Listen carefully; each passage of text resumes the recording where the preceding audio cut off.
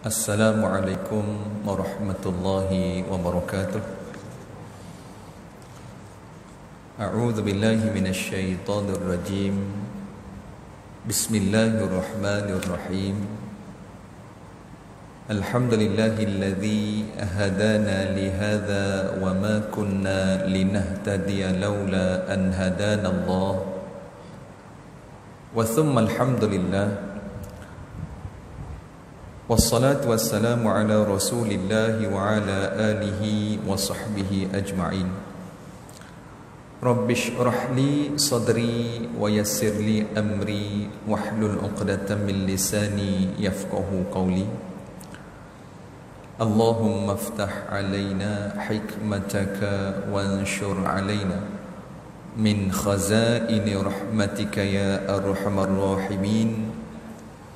Subhanaka la ilma lana illa ma 'allamtana innaka antal alimul hakim. La hawla wa la quwwata illa billahil aliyyil azim.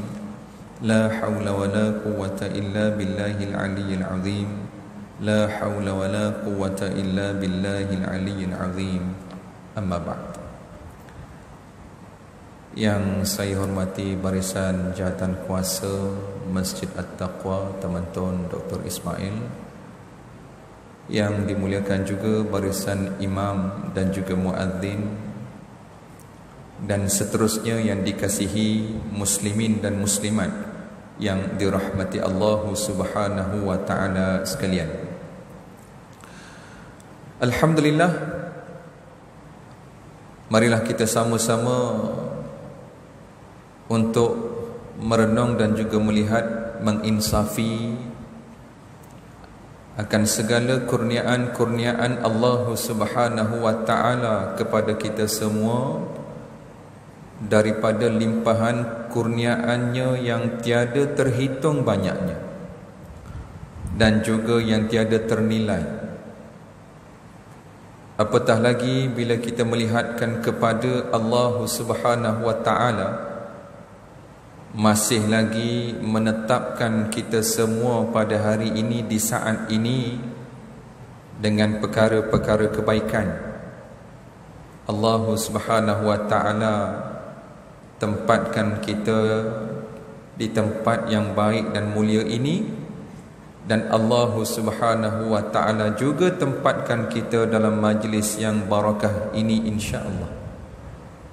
Jadi inilah kebaikan-kebaikan yang Allah Subhanahu wa taala kurniakan kepada kita, yang tidak mampu untuk kita hitung akan kebaikan-kebaikan yang Allah berikan kepada kita.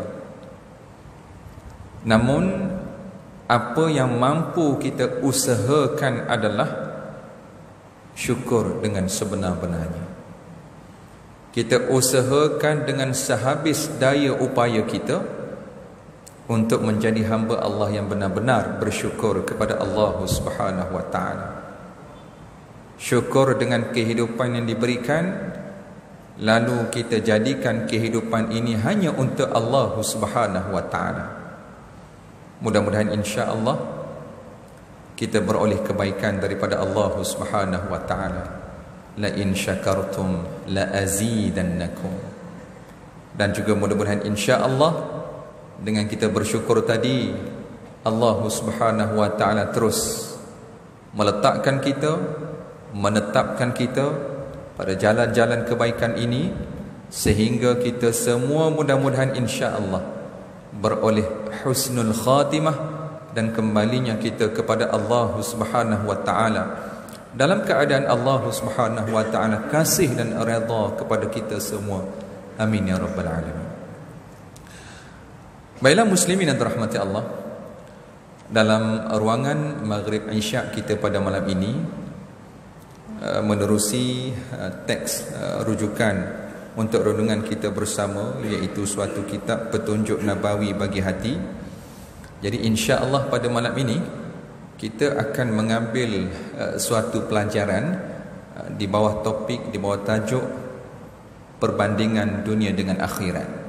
Muslimin yang dirahmati Allah, di samping itu juga kita cuba selitkan bersama Khususnya kita pada hari ini dalam suasana mengingati peristiwa hijrah baginda Nabi kita Muhammad sallallahu alaihi wasallam, kita cuba sama-sama selitkan nilai-nilai penting dan utama daripada peristiwa hijrah Rasul sallallahu alaihi wasallam, lalu kita matchkan dengan topik perbincangan kita pada malam ini, iaitu perbandingan dunia dan juga akhirat.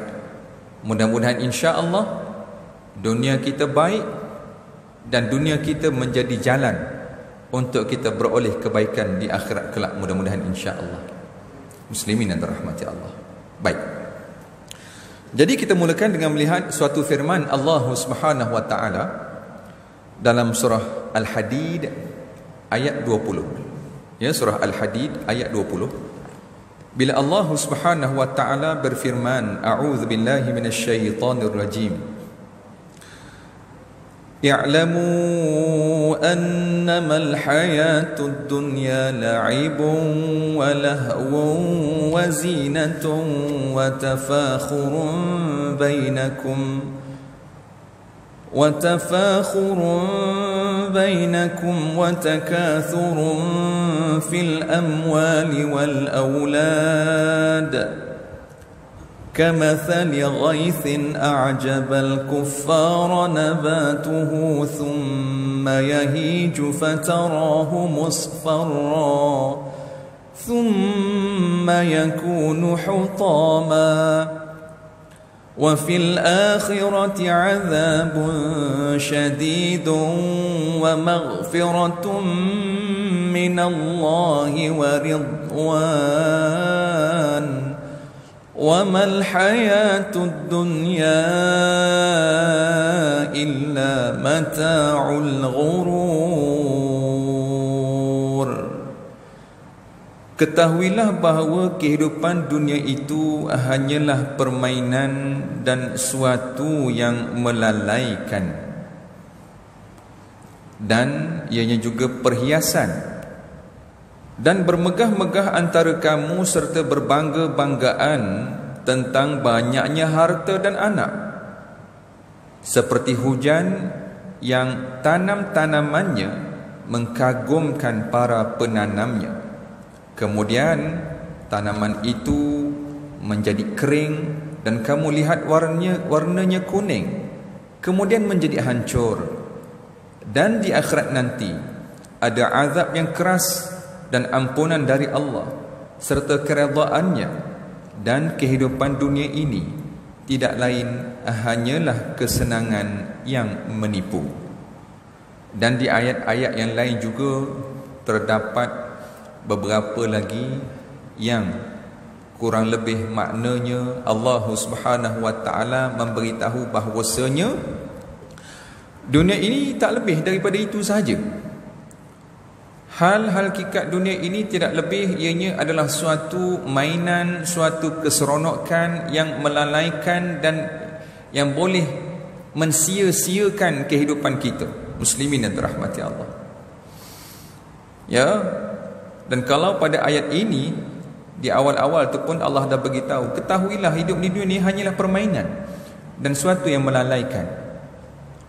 Jadi muslimin yang dirahmati Allah, bila Allah Subhanahu wa taala telah menetapkan dan telah memberitahu kepada kita akan perkara ini, akan hal-hal hakikat dunia ini tak lebih daripada itu. Ia hanyalah suatu mainan, suatu perkara yang melalaikan, melekakan. Itu saja dunia. Jadi kalau sesiapa yang memang hatinya terpaut dan juga terikat dengan dunia, pasti ianya akan terjebak dengan permainan yang melalaikan ini. Pasti. Jangan cuba nafi.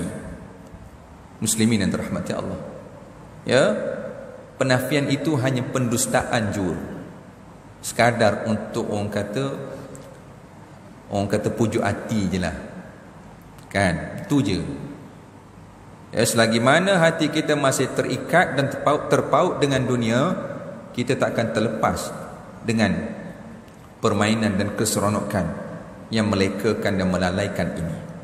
Itu sebabnya muslimin dan rahmati Allah, dapat kita lihat adanya segelintir daripada kita tidak pernah puas untuk mengejar, menghambat dunia. Dan sebagaimana Ibn Al-Qayyim ada menyatakan, di antara tanda-tanda seseorang itu terpaut dengan dunia, hatinya terikat dengan dunia, antaranya boleh dilihat bila mana satu, dia merasa sedih. Dalam hatinya kerap kali merasa sedih, especially bila mana terlepas hal-hal berkaitan dunia, lalu terasa sedih sangat-sangat. Alahai sedihnya tak dapat itu, tak dapat ini. Alahai sedihnya, kan, melepas itu, melepas ini. Muslimin yang dirahmati Allah, kan? Itu satu. Dan keduanya juga, orang yang hatinya terikat, terpaut dengan dunia, dia akan senantiasa merasa penat. Penat kenapa? Penat sebab mengejar, kan? Dah ada 10,000 nak kejar 20,000, dah ada 20,000 nak kejar 40,000, dah ada 40,000 nak kejar 80,000. Begitulah sampai kesudahan. Muslimin yang dirahmati Allah, hidupnya senantiasa mengejar, mencari. Muslimin yang dirahmati Allah, ya, penat, ya, penat. Dan juga antaranya, bila mana dalam kehidupan ini senantiasa ada rasa sesal, menyesal. Alahai ruginya tak begini. Ruginya tak macam ni.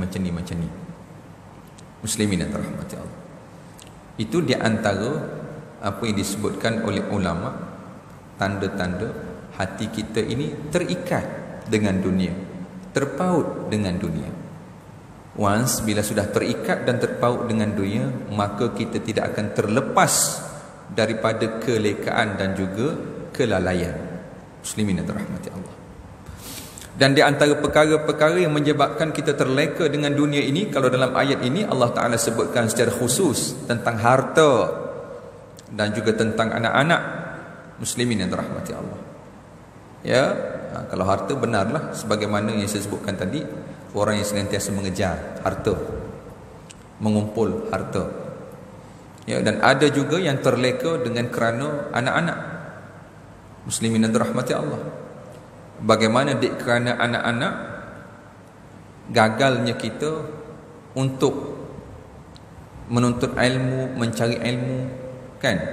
Sibuk cara ke anak-anak barangkali, sehingga kita pun terlepas hal untuk diri kita, kan? Anak-anak ajak ke sana, ajak ke sini, tak ada masa, sehingga kan kita tak ada masa. Kerana apa? Kerana sayang anak. Muslimin yang dirahmati Allah, bukanlah disuruh membenci anak, tidak. Kalau betul sayangkan anak, bawalah anak ke masjid surau, kenalkan anak-anak kepada Allah dan Rasul, semaikan kepada anak-anak cinta Allah dan Rasul. Itu baru ia sayang anak. Muslimin yang dirahmati Allah, baru betul cara kita sayang kepada anak-anak. Kita bawa anak-anak terus kepada jalan untuk senantiasa dekat, ingat Allah Subhanahu Wa Taala, ya. Muslimin yang dirahmati Allah. Baik. Kemudian juga dalam satu hadis Rasul sallallahu alaihi wasallam yang diriwayatkan oleh Imam Bukhari, Rasul ada menyebutkan bagaimana Sahal meriwayatkan, katanya, aku mendengar Nabi sallallahu alaihi wasallam bersabda seperti di dalam hadis yang berikut, yang ertinya, tempat letak cambuk di dalam syurga lebih baik daripada dunia dan apa yang ada di dalamnya. Berpagi-pagi atau berpetang-petang pada jalan Allah lebih baik daripada dunia dan apa yang ada di dalamnya. Lagi sekali, muslimin yang dirahmati Allah, baginda Rasul pula membawakan suatu gambaran bahawasanya suatu benda yang Kalau kita nisbahkan dengan dunia pada hari ini, tempat letak cambuk ni macam tak ada apa value pun sebenarnya. Ya. Tapi Rasul nyatakan tempat letak cambuk dalam syurga itu tadi lebih baik daripada dunia ini dan segala apa yang ada dalam dunia. Gitulah Rasul berikan suatu gambaran kepada kita yang bahawasanya dunia ini walaupun hebat tara mana sekalipun, walaupun gah setara mana sekalipun, langsung tak dapat nak menandingi suatu perkara yang pada hari ini kita melihat ianya tidak bernilai, tapi dek kerana perkara tersebut dalam syurga Allah Subhanahu wa taala, maka ia jauh lebih baik daripada segala apa yang ada di dunia ini. Muslimin yang dirahmati Allah. Ya, baik. Kemudian dalam ayat yang lain juga, khususnya yang selalu kita temukan, kita bacakan dalam surah Al-Mulk, ya, yang biasa kita baca pada malam-malam tu kan, di awal-awal surah Al-Mulk Allah juga telah menyebut Allazi khalaqal mauta wal hayata liyabluwakum ayyukum ahsanu amala. Jadi muslimin yang dirahmati Allah, jelas juga kepada kita bahawasanya dunia yang kita diami pada hari ini ianya adalah suatu pentas ataupun medan ujian sahaja. Tak lebih daripada itu. Kehidupan kita ini adalah suatu medan ujian untuk menentukan sama ada kita ini layak ataupun tidak untuk memperoleh ganjaran, untuk memperoleh suatu kehebatan, keindahan yang Allah Ta'ala sediakan dalam syurga besok. Jadi nak tahu kita ni layak ataupun tidak nak dapat kelebihan yang Allah sediakan, inilah sekarang ini.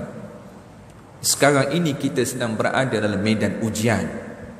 Muslimin yang dirahmati Allah. Kalau buat cerita tentang nikmat syurga kan, banyaklah kita boleh temukan dalam Quran. Antaranya saya bawakan juga pada ayat yang saya yakin selalu dibacakan oleh sidang jemaah yang saya kasih sekalian, kan, yang selalu kita bacakan juga dalam suratul Waqi'ah, kan, yang bila Allah Ta'ala sebut ala sururim mawdunah muttaki'ina 'alaiha mutaqabilin, duduk atas singgah sana, kan, duduk beradab, yatufu 'alaihim wildanun mukhalladun, ada pelayan-pelayan.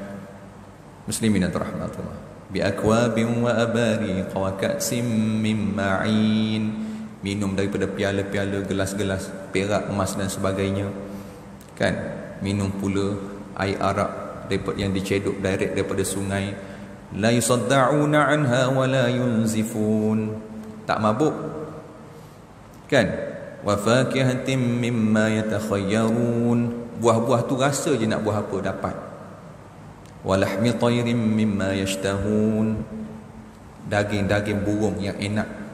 Masya-Allah, itulah syurga. Muslimin dan rahmati Allah, duduk atas singgasana, ada pelayan, wa hurun ain, ada lagi dengan bidadari-bidadarinya. Muslimin dan rahmati Allah, itu keistimewaan nikmat yang Allah Ta'ala sediakan untuk mereka yang benar-benar layak memperoleh ganjaran tersebut. Bagaimana nak tahu siapa yang layak? Ujian, mesti diuji. Dan sekarang inilah kita sedang berada dalam pentas ujian. Andai kata kita sanggup meninggalkan segala keseronokan dunia tersebut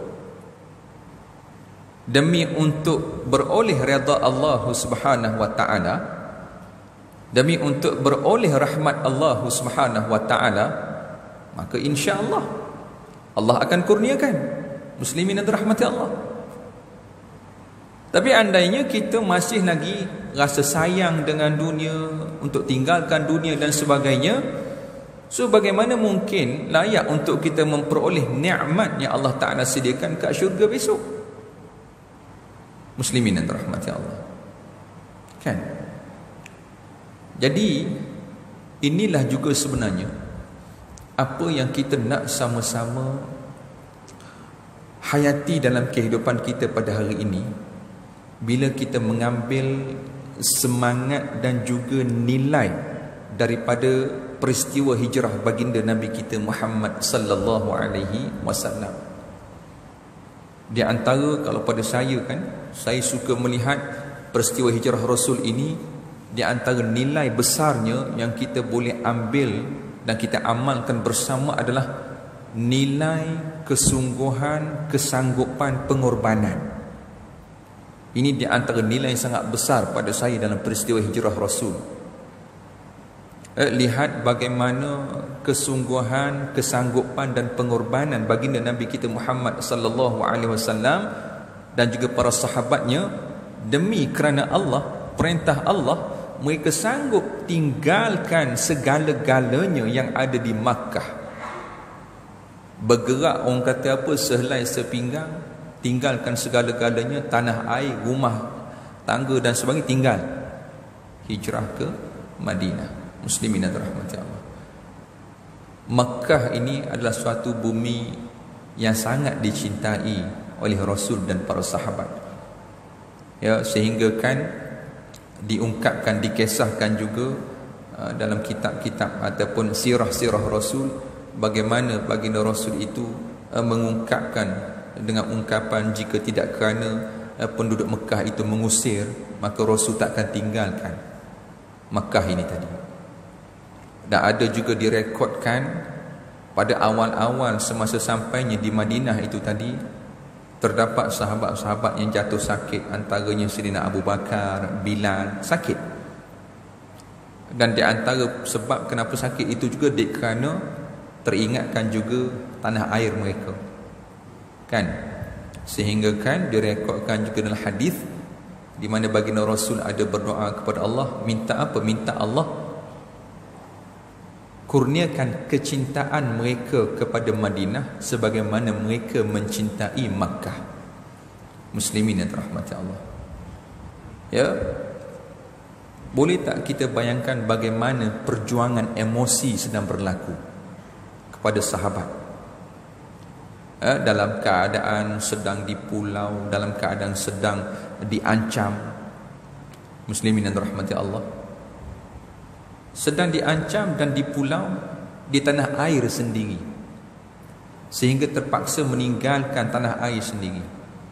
Tapi semua itu dilaksanakan, dilakukan kerana Allah Subhanahu wa taala sanggup, kan, sanggup, ya, ini nilai yang sangat besar.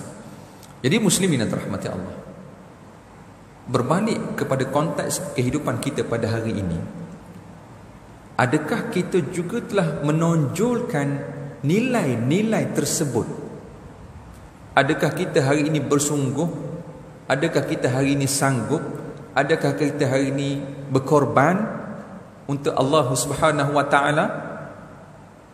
Yang korban masa raya korban baru ni tak kecil lah, sebab hak tu memang kira dah consider memang rutin kita, alhamdulillah. Tapi takkanlah kita nak ambil hak tu sebagai pengorbanan kita dan benda tu berlaku just once a year, sekali setahun je. Muslimin dan rahmati Allah. Sedangkan Allah berikan kehidupan kepada kita ini, patut-patutnya seluruh kehidupan kita ini pada Allah Subhanahu wa taala. Sebab dalam ayat yang lain kan Allah sebut, innallaha ashtara minal mu'minina anfusahum wa amwalahum bi anna lahumul jannah. Allah beli daripada orang mukmin ini tadi. Beli apa? Jiwa mereka, kehidupan mereka, harta mereka. Lalu Allah beri kenapa kepada mereka? Bi anna lahumul jannah, syurga untuk mereka. Muslimin yang dirahmati Allah. Jadi sejauh mana kita pada hari ini sanggup kita untuk berkorban kehidupan kita ini pada jalan Allah? Bukan berkorban suruh pergi perang, tidak. Korban masa, korban tenaga. Untuk apa? Ilmu. Asasnya ilmu dulu. Muslimin yang dirahmati Allah. Kerana ilmu itulah yang akan memimpin. Al-ilmu imamun, ungkapan para ulama. Wal amal tabi'uhu. kemudian amal baru mengikut. Hari ini alhamdulillah orang kita rajin beramal. Subhanallah, Masya Allah, sangat-sangat baik. Teruskan. Sangat mulia. Kan? Rajin solat, rajin baca Quran, rajin apa lagi? Rajin puasa, Allahu Akbar, rajin buat umrah dan sebagainya. Masya Allah, subhanallah, tabarakallah. Kan? Cuma muslimin yang dirahmati Allah, segala amal-amal yang kita buat tersebut, adakah kita telah dasari dengan ilmu ataupun hanya semangat semata-mata? Muslimin yang dirahmati Allah, Islam ini tadi tidak tertegak dengan semangat semata-mata. Sebab kalau kita lihat sendiri pun pada sejarah-sejarah kegemilangan Islam, kita dapat lihat bagaimana sebagai contoh Khalifah Harun Ar-Rashid, kan, Sultan Muhammad Al-Fatih, Salahuddin Al-Ayyubi, kan, ini di antara orang kata figura-figura yang menonjolkan kegemilangan Islam itu tadi.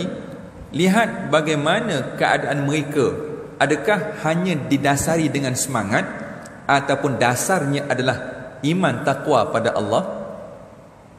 Bila sebut iman takwa pada Allah, untuk bina iman takwa pada Allah, nak tak nak ilmu dan amal. Tak mahunya semangat saja muslimin yang dirahmati Allah, kan? Semangat berapi-api, Allahu Akbar. Oh, lepas tu isap okok. Okok tak berhenti. Contoh, kan? Allahu Akbar, takbir. Lepas tu maki orang, pumpang, maki. Macam tu ke pejuang Islam? Muslimin yang dirahmati Allah. Ini contoh sajalah, mungkin tak ada. Contohkan saja. Kan? Islam ini tak tertegak dengan semangat sahaja. Ianya mesti datang berserentak. Dasarnya iman takwa. Dan dasar untuk bina iman takwa, ilmu dan amal. Muslimin yang dirahmati Allah. Dan inilah juga yang kita nak hijrahkan dalam kehidupan kita. Dan inilah juga yang kita nak ambil semangat daripada peristiwa hijrah Rasul, kesungguhan, kesanggupan, pengorbanan kita untuk ilmu dan amal. Kalau kita lihat sendiri pun, kehidupan ataupun perjalanan hidup alim ulama, para salihin, muslimin yang dirahmati Allah, kan, kalau kita baca kisah-kisah mereka, tengok bagaimana mereka seawal usia kanak-kanak lagi dah Quran tu dah hafal, kan? Lepas tu terus menuntut ilmu dari satu guru ke satu guru, suatu tempat ke suatu tempat, suatu bidang ilmu kepada satu bidang ilmu. Mereka memang meletakkan diri mereka ini untuk ilmu, dan dalam masa yang sama mereka beramal. Muslimin yang dirahmati Allah, kenapa saya bawakan perkara ini? Sebagai untuk renungan kita bersama, kan? Jangan kita merasa apa yang kita buat pada hari ini dah cukup, kan? Jangan kita rasa dengan kita mari berjemaah masjid surau, kita dengar kuliah maghrib isyak, dengar kuliah subuh, lalu kita rasa cukup dah tu, nak apa lagi? Cukup dah tu, nak tara mana lagi? Muslimin dan rahmati Allah, kan? Jadi bila saya bawakan secara umumnya bagaimana kisah-kisah para salihin, para alim ulama ini tadi, lalu compare lah dengan kita. Takkanlah dengan tara ini kita punya usaha maka kita layak dapat sebagaimana usaha para alim ulama serupa macam mereka. Secara logiknya tak dapat, muslimin yang dirahmati Allah. Sebab nilai kesungguhan kita tak berapa nampak, kan? Dan samalah juga muslimin yang dirahmati Allah bila menyebut tentang hijrah itu sendiri. Dalam satu hadis Rasul sallallahu alaihi wasallam, yang Rasul ada sebut al-muhajiru man hajara ma nahallahu anhu. Orang hijrah ini adalah orang yang berhijrah ataupun meninggalkan apa yang ditegah, yang dilarang oleh Allah Subhanahu wa taala. Itulah hijrah konteks kita pada hari ini. Kita tidak ada lagi hijrah Mekah Madinah, tak ada dah. Tapi yang kita ada adalah hijrah pada sudut apa? Jihadun wa niyatun. Yang Rasul sebut juga tu. Kesungguhan kita, jihad kita, juhdun kita dan niat kita untuk ke arah lebih baik, meninggalkan segala perkara-perkara yang Allah Ta'ala larang, Allah Ta'ala benci. Inilah medan kita pada hari ini, muslimin yang dirahmati Allah. Dan inilah juga bersesuaian untuk kita renungkan bersama, muslimin yang dirahmati Allah, dalam konteks kita pada hari ini meninggalkan segala perkara-perkara keseronokan, kelalaian dunia, muslimin yang dirahmati Allah. Ya, baik. Jadi muslimin yang dirahmati Allah, di sini dibawakan juga ya, bila bercerita tentang dunia dan akhirat ni, kalau kita compare sekalipun, hidup kat dunia ada kesudahannya, ada penamatnya. Hidup akhirat tidak ada kesudahannya, abadi. Kan? Jadi bagaimana kita boleh mengutamakan dunia berbanding akhirat? Tidak ke pelik? Kan? Kita tahu kita akan mati. Kita akan mati, segala harta yang kita kumpul tersebut akan luput at any time. Boleh luput, boleh hilang. Bila Allah Ta'ala tentukan hilang, hilang dengan apa cara sekalipun. Kalau bukan harta kita yang hilang, kita sendiri yang hilang, mati pun bila-bila masa. Sedangkan kehidupan akhirat tidak ada kehilangan. Kita akan terus hidup, muslimin dan rahmati Allah. Jadi bagaimana kita hari ini masih lagi mengutamakan dunia berbanding akhirat? Kemudian juga suatu sabda Rasul sallallahu alaihi wasallam, yang hadis ini diriwayatkan oleh Imam At-Tirmizi, yang Rasul katakan, "Lau kanat ad-dunya ta'dilu 'indallahi janaha ba'udatin ma saqa kafiran minha syarbata ma'in." Tengok sampai tara ni Rasul gambarkan, sekiranya dunia ini sama di sisi Allah dengan sebelah sayap nyamuk, kalaulah dunia ni ada nilai, ya, sebelah sayap nyamuk je, bersama dengan sayap nyamuk, tengoklah sendiri, tentu tidak diberi minum kepada orang kafir seteguk air pun. Sampai tara tu Rasul berikan gambaran, muslimin yang dirahmati Allah. Nak gambarkan apa? Tak ada nilai dunia ini, tak ada nilai. Sebab kita lihat pada hari ini, muslimin yang dirahmati Allah, orang kafir ni bukan setakat seteguk air mereka dapat, kan? Bahkan hampir kekayaan dunia ni mereka yang bolot, muslimin yang dirahmati Allah, kan? Jadi lagi sekali, muslimin yang dirahmati Allah, kenapa kita masih tidak boleh menerima hakikat bahawasanya yang akhirat itulah yang mesti kita utamakan, ya? Baik. Kemudian juga dalam satu firman Allah Subhanahu wa taala dalam surah At-Taubah ayat 38, Allah sebutkan juga, "Fama mata'ul hayatid dunya fil akhirati illa qalil." Allah beritahu, padahal kenikmatan hidup di dunia ini dibandingkan dengan kehidupan di akhirat hanyalah sedikit. Jadi maksudnya apa di sini? Kita tak menafikan yang bahawasanya dunia ini memang seronok. Dunia ini memang seronok, muslimin yang dirahmati Allah. Kita tak boleh nafi benda tu. Dunia ini memang seronok. Tapi yang seronok di dunia ini, muslimin yang dirahmati Allah, jika nak dibandingkan dengan seronok di akhirat tu, yang ada kat dunia ni sikit sangat. Dah lah sikit, tak kekal pula tu, bertempoh pula tu, sampai masa hilang, sampai masa hancur. Muslimin yang dirahmati Allah.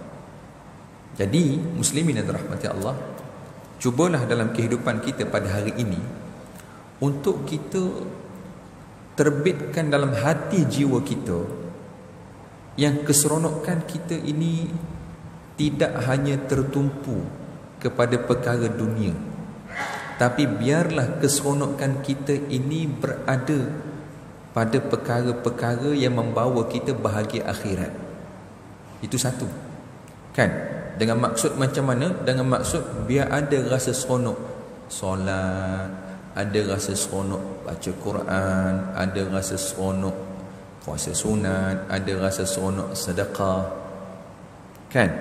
Nak kena latih juga benda tu. Kita nak kena senantiasa semai dan suburkan dalam hati jiwa kita. Muslimin yang dirahmati Allah, kan? Itu yang pertama. Dan yang keduanya, muslimin yang dirahmati Allah, kita cubalah juga jadikan segala perkara yang berlaku kat dunia ini, kita cuba jadikan ianya sebagai kebaikan untuk akhirat. Kalau kata kita bekerja tadi, kita ubah sedikit niat, biarlah kita kerja tadi untuk mencari rezeki yang halal. Untuk apa? Untuk beri makan keluarga, untuk dibahagi-bahagikan sedekah dan sebagainya. Jadi mudahan insya-Allah yang kita keluar bekerja tadi tu, mudah-mudahan insya-Allah kebaikan juga, kan?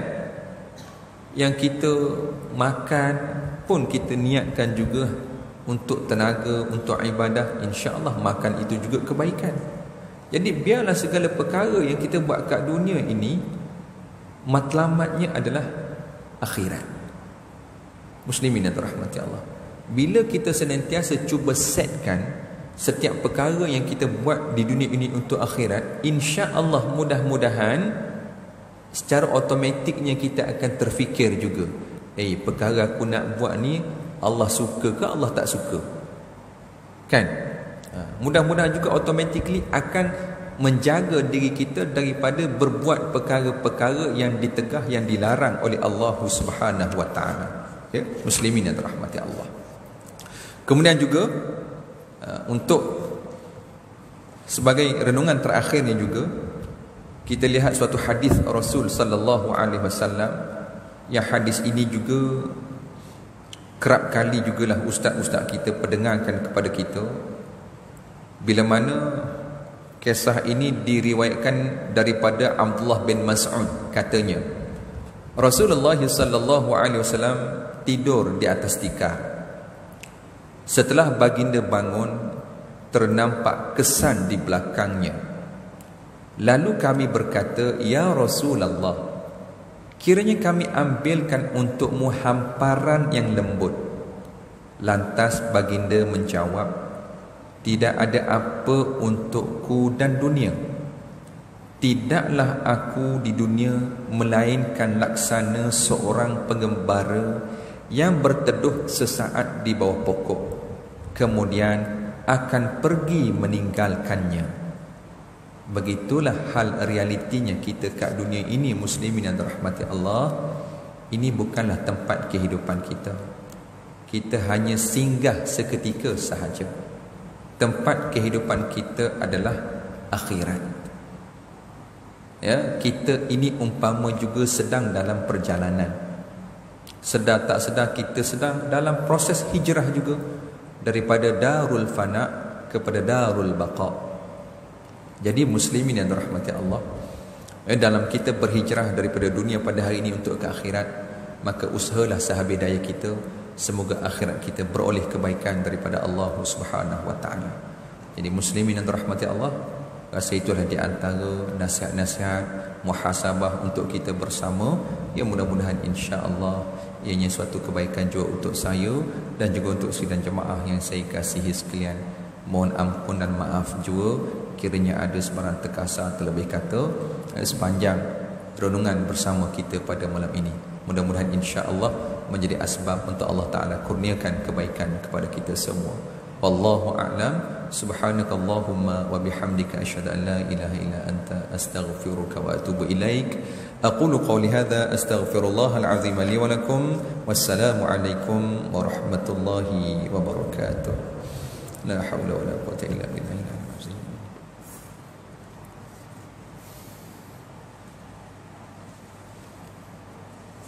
Astagfirullah.